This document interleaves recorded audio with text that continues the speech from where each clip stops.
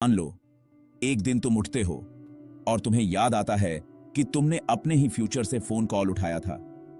हां, वही फ्यूचर जहां तुम 10 साल बाद हो। अगर ऐसा सच में हो जाए तो सबसे पहले तुम किसको बताओगे? और सबसे बड़ा सवाल, साइंस इसे कैसे एक्सप्लेन करेगी? टाइम ट्रैवल मूवीज में यह बस एक मजेदार प्लॉट डिवाइस है, लेकिन फिजिक्स की दुनिया में यह एक बहुत डेंजरस सवाल है, क्योंकि अगर टाइम ट्रैवल पॉसिबल है तो तुम्हारा आज का कोई छोटा सा डिसीजन तुम्हारे कल नहीं, तुम्हारे कल के कल को बदल सकता है। तो क्या टाइम ट्रैवल सच में पॉसिबल है? और अगर हां, तो आइंस्टाइन की थ्योरी का असली मतलब क्या है? फ्यूचर में जाना आसान है या पास्ट में? या फिर हम सब पहले से ही एक तरह की टाइम मशीन में बैठे हैं, बस हमें एहसास नहीं। शुरुआत एक स्लाइटली वियर्ड फैक्ट से करते हैं।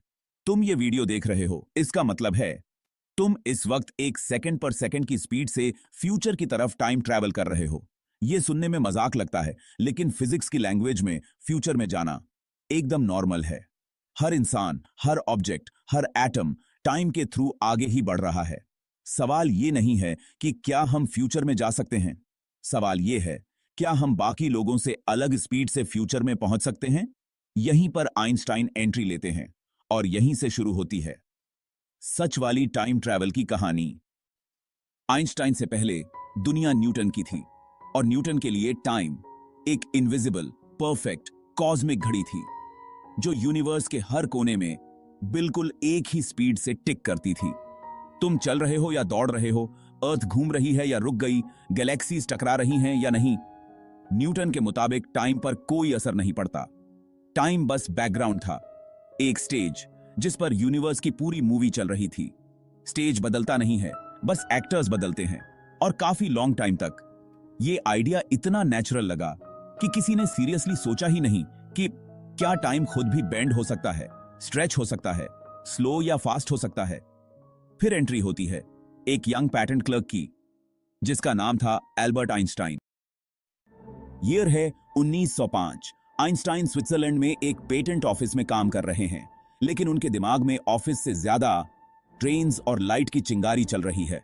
वो एक सिंपल सा सवाल पूछते हैं, अगर मैं एक फास्ट ट्रेन में बैठा हूं और मैं आगे की तरफ एक फ्लैश लाइट ऑन करता हूं, तो मेरे लिए लाइट की स्पीड क्या होगी और प्लेटफॉर्म पर खड़े इंसान के लिए क्या होगी?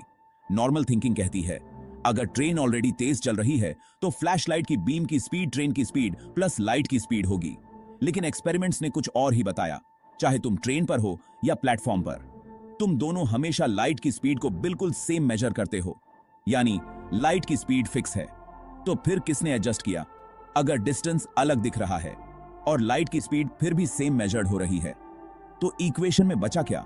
आइंस्टाइन का जवाब, टाइम खुद एडजस्ट होता है। यहीं से शुरू होती है टाइम डायलेशन की कहानी। आइंस्टाइन ने प्रपोज किया, जैसे जैसे तुम तेज चलोगे वैसे वैसे तुम्हारे लिए टाइम स्लो होता जाएगा, उन लोगों की तुलना में जो तुम्हारे मुकाबले स्लो हैं। मतलब अगर तुम्हारा दोस्त अर्थ पर है और तुम एक स्पेसशिप में बैठकर लाइट की स्पीड के करीब पहुंच जाते हो, तो तुम्हारे लिए कुछ साल बीतेंगे और अर्थ पर उसी समय में कई दशक निकल सकते हैं। इसी को बोला जाता है टाइम डायलेशन। मैथमेटिकली ये इफेक्ट उस फेमस रिलेटिविटी फॉर्मूला से निकलता है, T equals T0 divided by square root of 1 minus v squared by c squared, जहां v तुम्हारी स्पीड है और c लाइट की स्पीड। जैसे जैसे v बढ़ती है, डिनोमिनेटर छोटा होता है और t यानी आउटर वर्ल्ड का टाइम बड़ा हो जाता है। सिंपल लैंग्वेज में, तेज चलोगे तो तुम्हारी घड़ी स्लो हो जाएगी, तुम्हारा हार्ट बीट स्लो, तुम्हारी एजिंग स्लो, तुम्हारे सारे बायोलॉजिकल और मैकेनिकल प्रोसेसेस स्लो। तो क्या ये सिर्फ मैथ है या सच में दुनिया में ऐसा होता भी है? साइंस में सिर्फ अच्छे विचार काफी नहीं होते, प्रूफ चाहिए। आइंस्टाइन की थ्योरी आने के बाद फिजिसिस्ट्स ने सोचा, अगर टाइम सच में स्लो होता है तो फास्ट चलने वाली चीजों की उम्र ज्यादा होनी चाहिए। स्पेस से आने वाले पार्टिकल्स, जिन्हें म्यून्स कहते हैं, नॉर्मली इतने अनस्टेबल होते हैं कि अर्थ की सरफेस तक पहुंचने से पहले ही डिके हो जाने चाहिए। लेकिन ऑब्जर्वेशन ये कहती है कि बहुत ज्यादा म्यून्स अर्थ तक पहुंच जाते हैं। क्यों? क्योंकि वो लगभग लाइट की स्पीड से ट्रेवल कर रहे हैं। उनके फ्रेम में उनकी उम्र नॉर्मल है, लेकिन हमारे लिए उनकी क्लॉक स्लो चल रही है। रिजल्ट, वो ज्यादा देर तक जिंदा रहते हैं और हमें ज्यादा म्यून्स दिखते हैं। इसी तरह पार्टिकल एक्सेलरेटर्स में जब पार्टिकल्स को लाइट की स्पीड के करीब एक्सेलरेट किया जाता है तो उनकी लाइफ टाइम आइंस्टाइन की प्रेडिक्शन के हिसाब से बढ़ जाती है। यह सिर्फ थ्योरी नहीं, रोज दिखाई देने वाला इफेक्ट है। फिर आया एक बहुत famous human scale test, atomic clocks वाला एक्सपेरिमेंट। 1970s में साइंटिस्ट ने 2 अल्ट्रा प्रिसाइज एटॉमिक क्लॉक्स लिए। एक को लैब में रखा, दूसरे को हाई स्पीड एयरप्लेन में बैठाकर दुनिया का चक्कर लगवा दिया। जब प्लेन वापस आया तो दोनों क्लॉक्स की रीडिंग सेम नहीं थी। प्लेन पर घूमकर आई क्लॉक थोड़ी सी पीछे रह गई थी, बिल्कुल उतना ही डिफरेंस जितना आइंस्टाइन की इक्वेशंस प्रिडिक्ट करती थी। यह डिफरेंस बहुत छोटा था लेकिन मेजरेबल था, मतलब फास्ट चलने से टाइम सच में स्लो हुआ था। तो अब सवाल यह नहीं बचता कि क्या टाइम डायलेशन रियल है, सवाल यह रह जाता है हम इसे फ्यूचर में जाने के लिए कितनी दूर तक एक्सप्लॉइट कर सकते हैं।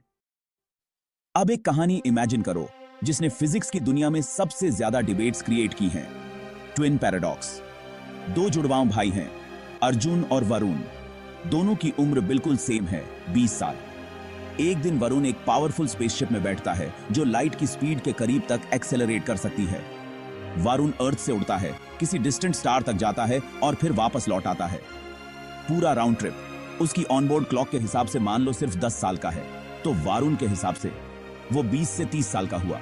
लेकिन अर्थ पर बैठे अर्जुन के लिए बहुत ज्यादा टाइम बीत चुका होगा, शायद 50, 60 या 80 साल, डिपेंड करता है कि स्पेसशिप की स्पीड कितनी हाई थी।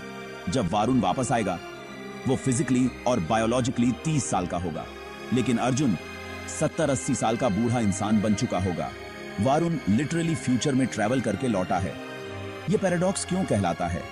क्योंकि शुरू में ऐसा लगता था कि दोनों एक दूसरे को मूविंग देखते हैं तो दोनों के लिए टाइम स्लो होना चाहिए था, लेकिन डिटेल में जाके पता चलता है स्पेसशिप वाला भाई एक्सेलरेट और डिसेलरेट करता है, फ्रेम्स स्विच करता है, इसलिए सिमेट्री टूट जाती है। रिजल्ट, टाइम डायलेशन एसिमेट्रिकल हो जाता है। इंपॉर्टेंट बात यह है, आइंस्टाइन की थ्योरी अलाउ करती है कि तुम प्रैक्टिकली फ्यूचर में जंप कर सकते हो, सिर्फ तेज चलकर। पास्ट में जाना अभी भी बहुत ज्यादा ट्रिकी है, उस पर बाद में आएंगे। यह सब सुनकर लग सकता है कि टाइम डायलेशन बस एक्सट्रीम स्पीड्स और SCI-FI रॉकेट्स की बात है, लेकिन सच यह है कि तुम रोज इसका फायदा उठा रहे हो बिना जाने। तुम्हारे फोन का GPS जो तुम्हें एग्जैक्ट लोकेशन बताता है, वो ऑर्बिट में घूम रहे सैटेलाइट्स के क्लॉक्स पर डिपेंड करता है। ये सैटेलाइट्स 2 तरह की टाइम डायलेशन फील करते हैं। स्पीड से होने वाला टाइम डायलेशन, स्पेशल रिलेटिविटी, उनसे टाइम स्लो होता है। ग्रेविटी से होने वाला टाइम डायलेशन, जनरल रिलेटिविटी, अर्थ से दूर होने के कारण टाइम थोड़ा फास्ट हो जाता है।